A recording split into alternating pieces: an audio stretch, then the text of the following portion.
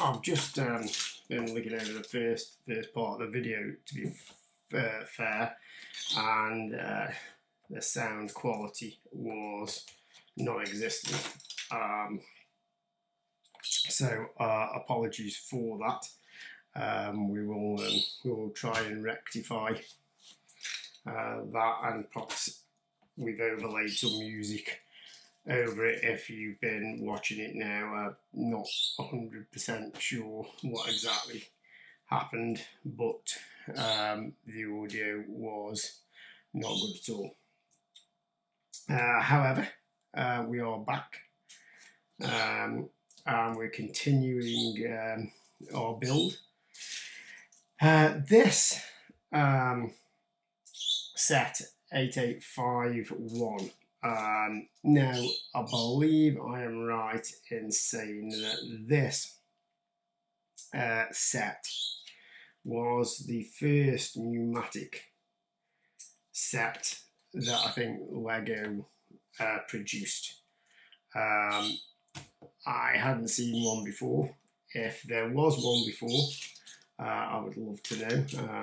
Please drop a comment down below. But I don't know of any more. So as you can see, if you've watched some of the other videos, we've had the grey parts, especially in the UV box in the shed, and we have cleaned them up, and they have come out pretty spectacular, I think. So what we're doing now is we are just having cleaned it all up, going through it and trying to rebuild the set. And I'm sure that when we get to it, that we're probably going to find at least one set or some part that is probably missing. What I liked about this early technical Lego was the functionality. Until technical Lego came on the scene, there wasn't a huge amount of functionality in Lego. A lot of it was just static, and this sort of stuff came out and kind of, you know, blew the doors off people originally. The car initially, I can't remember what the set number was, but they did a car that I have got, which had a working engine in it, and I remember one Christmas day that I spent hours sort of putting that together, and you know, just being in awe of how the engine worked on it and things like that. So it was really sort of pioneering stuff back then. Of course, now it's come such a long way, and you know, there's electric motors that drive these things, all sorts of stuff that is so creative in the way it's done. It's quite remarkable that it's available.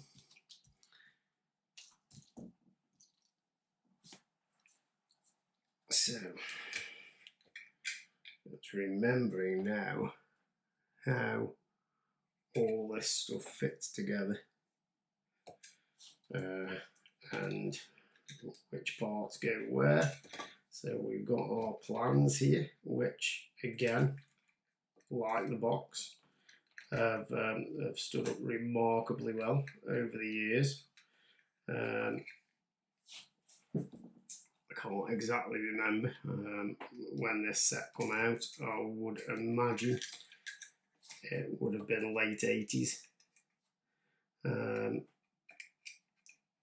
But considering it's been in the loft for 40 years, and if you watched one of the earlier videos on the UV box, where we took it out of the loft, sorry, and you could actually see exactly what sort of state it was in when I actually brought it down from the loft.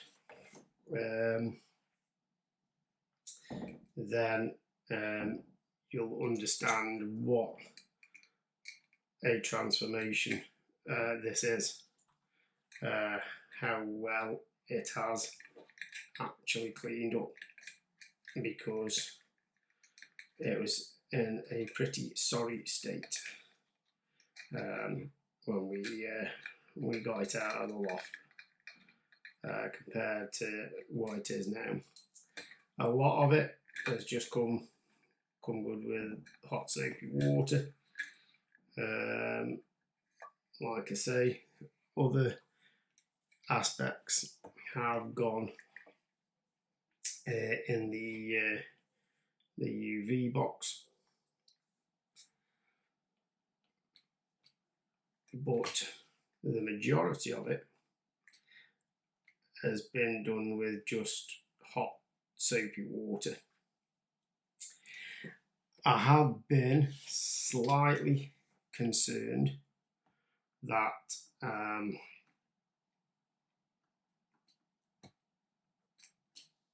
the rubber lines might have perished or split. They don't appear to have at this point in time, but when we get on to sort of testing it,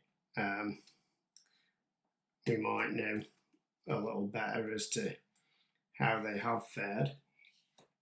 But they actually seem to have been okay at this point in time.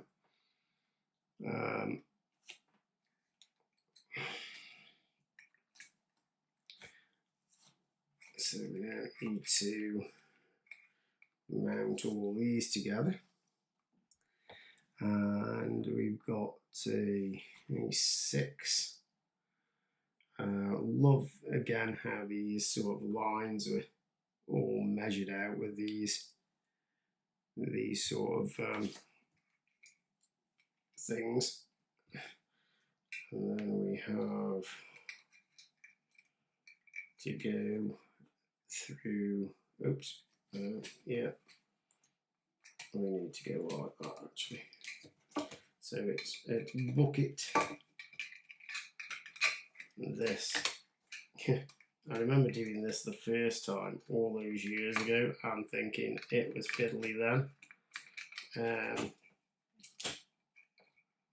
40 years down the line, it's not got any easier to try and thread these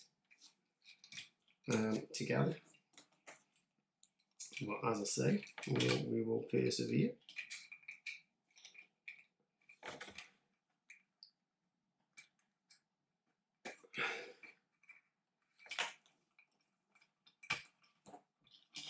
Okay. This becomes much easier when it's on the digger itself, and that came from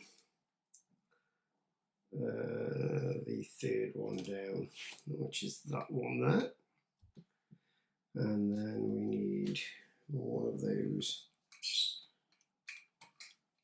on the end there. And that looks too long. And I'm thinking that's because it's an 8, not a 6. So now we're going to have to do all that again. But hopefully we can just push it through, retrace our steps, and do it that way. Oops. Okay, lock that up there. Retrieve our part off the floor. And that's how we are, oops, that one is consistently coming off. Okay, so I think up to that point we are good, and then we are going to attach this to the main part of the digger using another one of these long arms. So that will now fit onto, let's get that in place.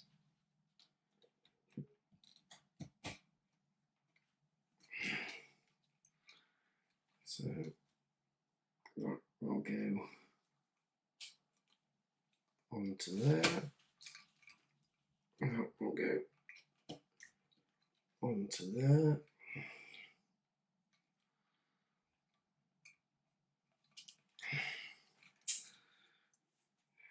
We've got that, which now needs to fit onto there. Now this is where our 8 one comes in, and I'm going to go 3 there, and this is perhaps that goes on just after.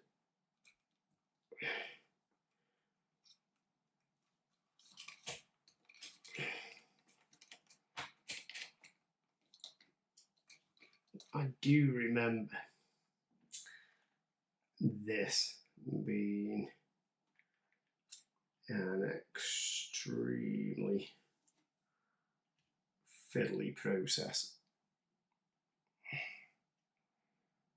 and I believe it's there, more round about the middle one. So that's in the 3rd. So no, that's actually in the lower one there. That then will sit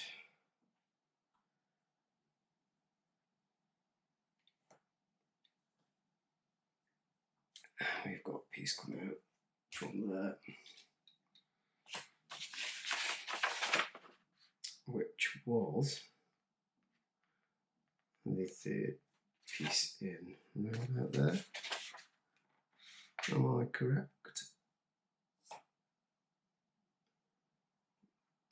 One, that one there.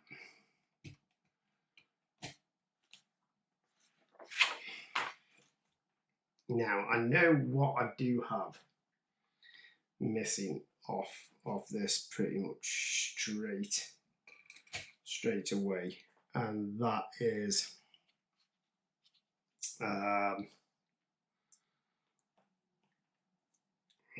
3 from the top. That is a couple of elastic bands that that's not correct, that's not where it needs to be.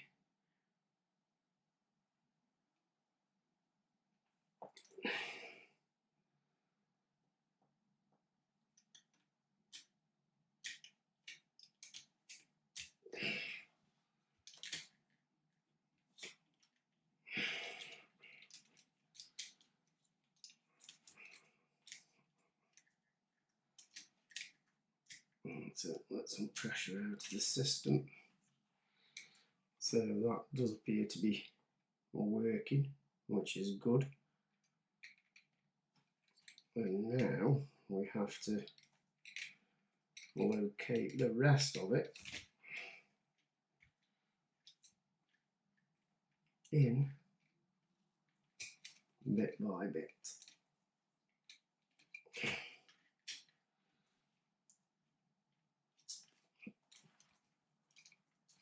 So it is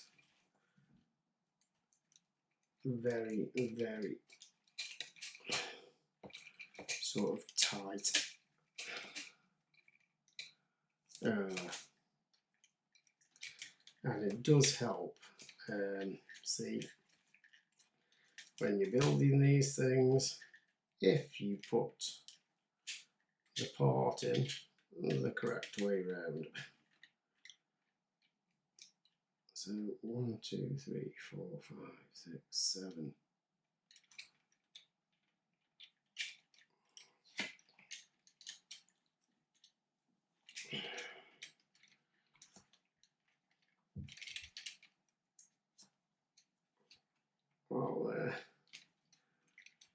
I'll try and keep the mistakes in for you.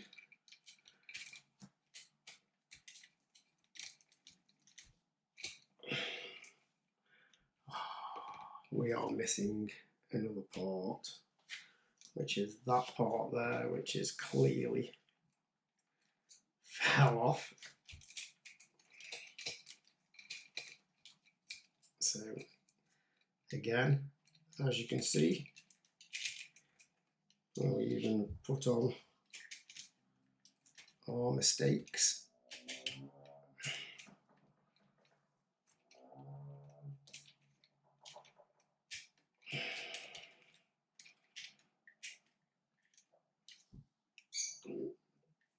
Back when this came out, there was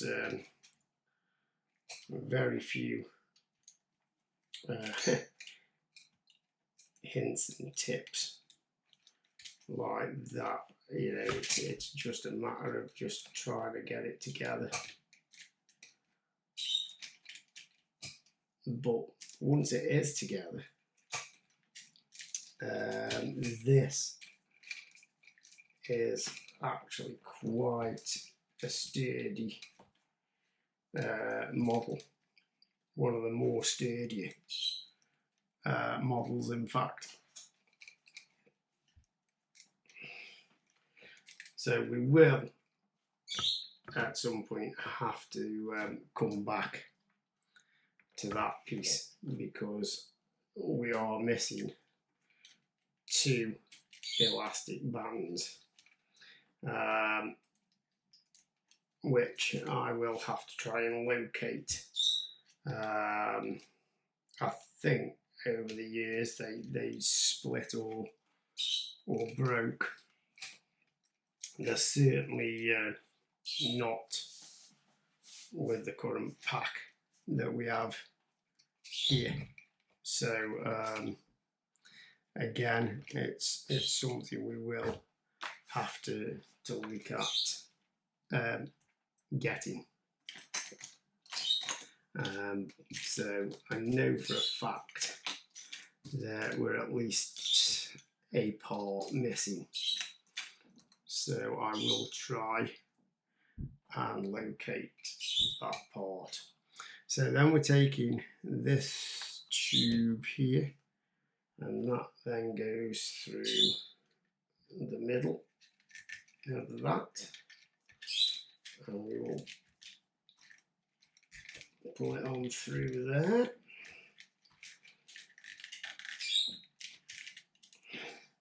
And it then goes under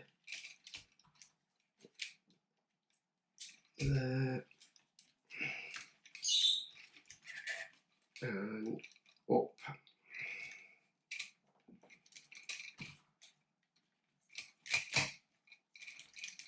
And plugs into this pneumatic system there.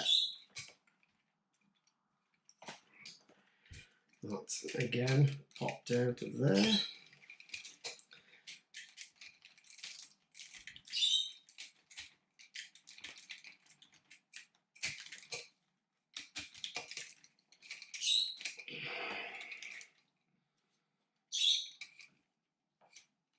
Getting it together was one of the harder things on this this particular model. We're missing a grey 4. It's not imperative to the build at this stage. It goes across there, and the 2 bands we're missing go there. So it is something we'll need, but again, at this point in time, it's not imperative to the build, and I'm pretty sure that I have one of those upstairs that I can just bring down. So now putting this together for the rear section of the excavator. Sit on there. I do remember this being quite a, as I've said, quite a sturdy build. So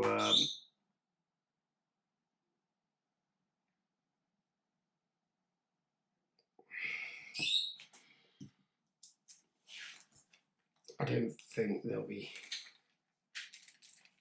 any issue with it trying to fall apart. Okay, one thing I should have really done actually before fitting that, so just rip that off temporarily, is run this hose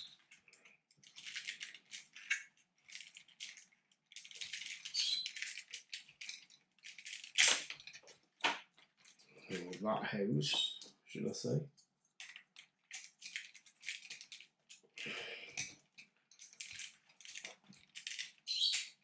there, just over the top.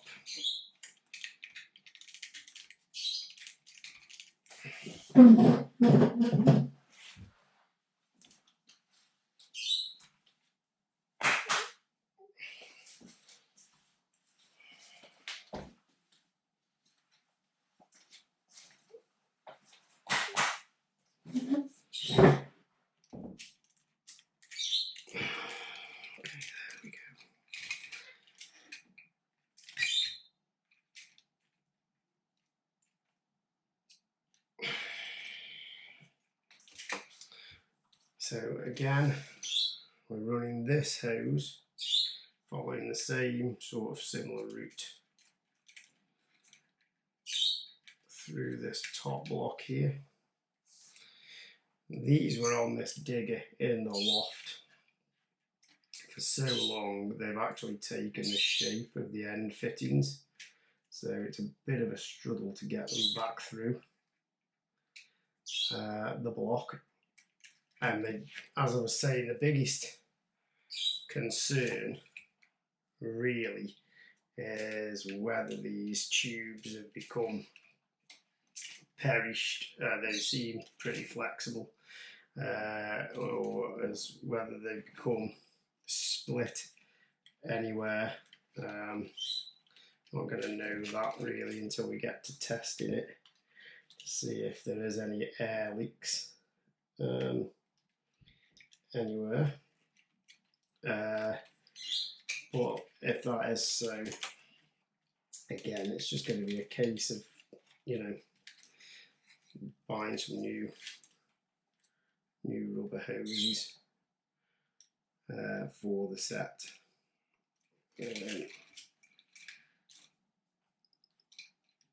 Which I imagine, you know, like any Lego part, you should be able to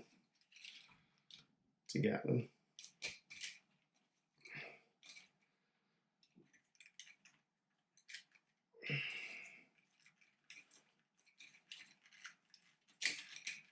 Now, they didn't give you a great deal of spare line on these at all.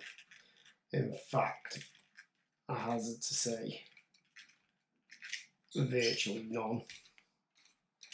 So you have got to try and keep your line as tight as physically possible from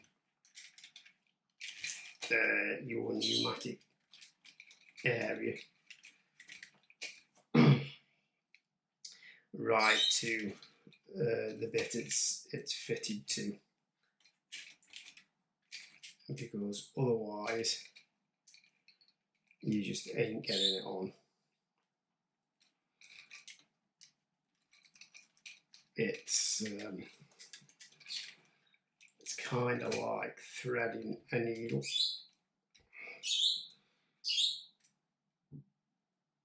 Just trying to get these things to where about on the model I need to go.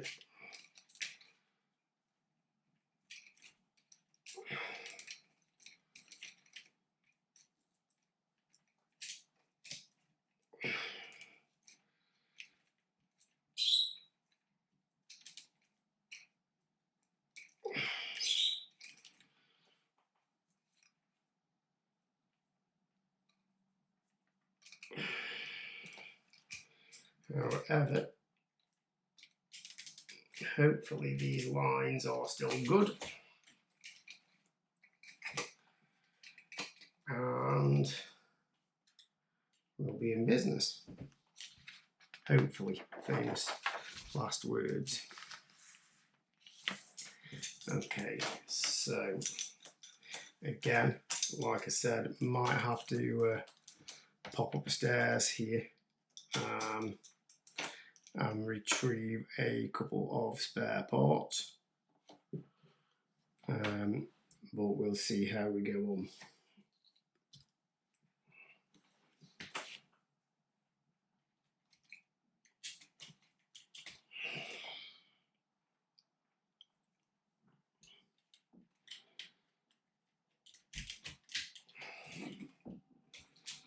I think for myself, it's interesting to sort of go back and redo some of these older builds, because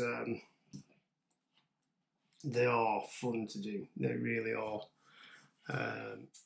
So we've been upstairs and we've located a couple of parts that we were missing off the build. So we've just brought those down. And we're going to throw those on now. So one thing I am going to have to do, because otherwise it's going to completely and utterly annoy me, is I will have to put one of these parts in the UV box, because I wasn't 100% sure where it was, and as you can see, this is cleaned up nice. That one's a bit discoloured. For the purpose of this video though, we're popping it on there. We've got our grey 4, which is going to go on the back there, and then we've got our piece for across the front here. So we actually look like a digger, and then we have this red part here, which sits sort of in a bonnet engine compartment. That could probably come up a little better.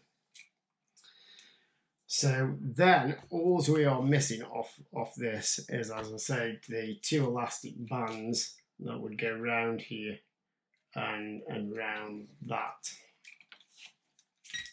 So I can never remember how this works.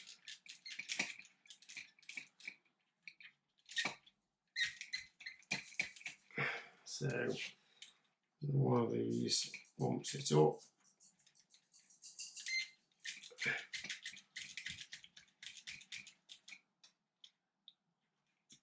Do not know which one. Oh, yeah, no, we have movement on that second one.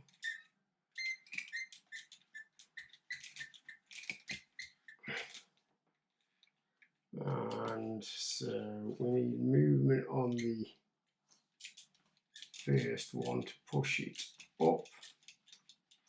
This is possibly where those